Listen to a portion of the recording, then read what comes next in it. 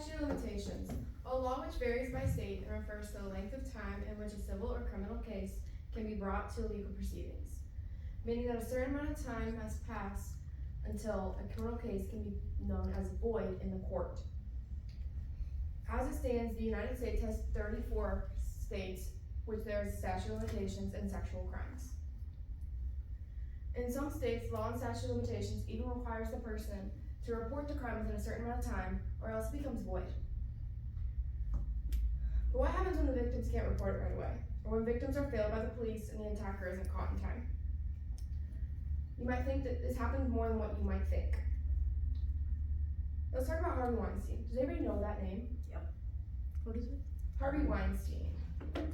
No. Well, if you don't know that name, here are some names that you might know. Angelina Jolie, Cara Delevingne, and Gwyneth Paltrow.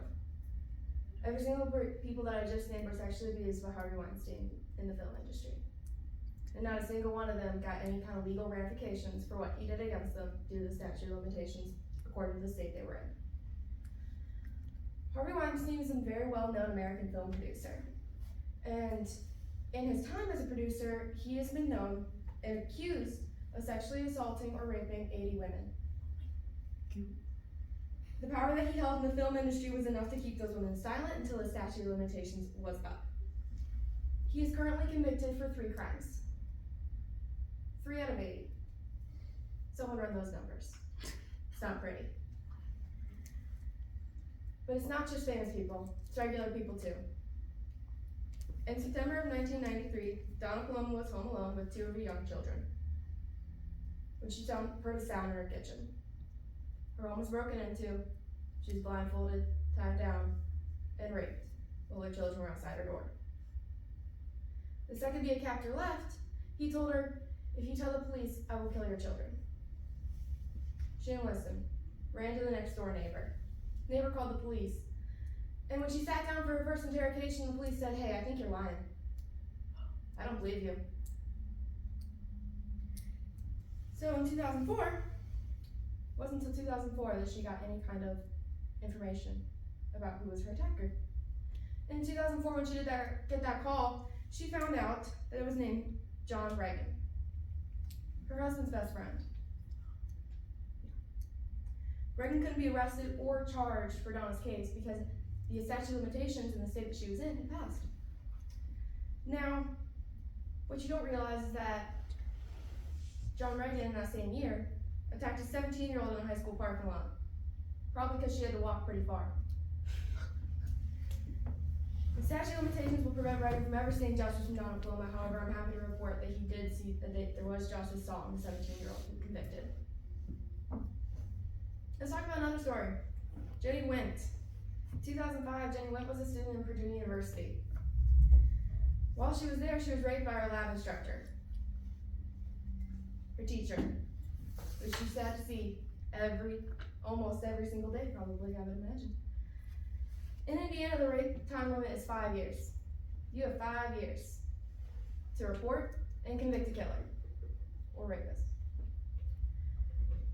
After that 5 years was up, the lab instructor openly bragged about it to all of his staff, colleagues, and even the police on Purdue University's campus, knowing that nothing could be done.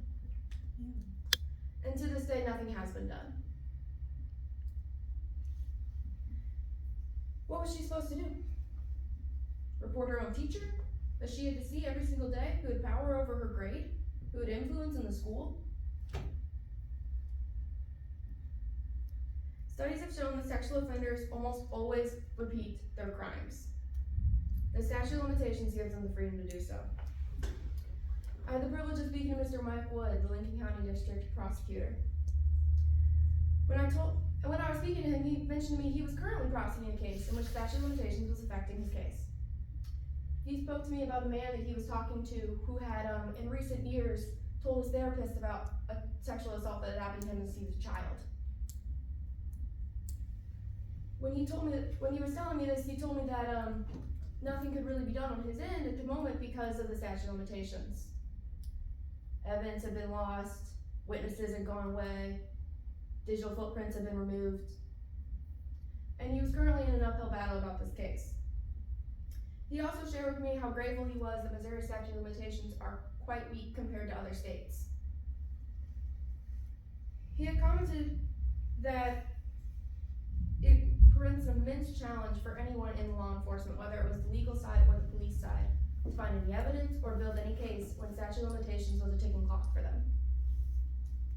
Think about how many students that lab instructor had access to.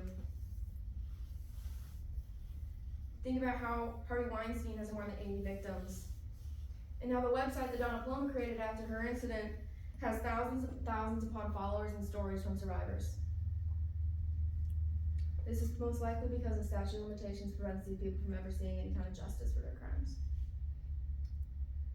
34 states in which this is allowed. Over half of the US. In 34 states, people are getting hurt and having to live with the knowledge that the person who hurt them isn't facing any consequences. In 34 states, the person you raped to could be your next door neighbor. How would you feel about that?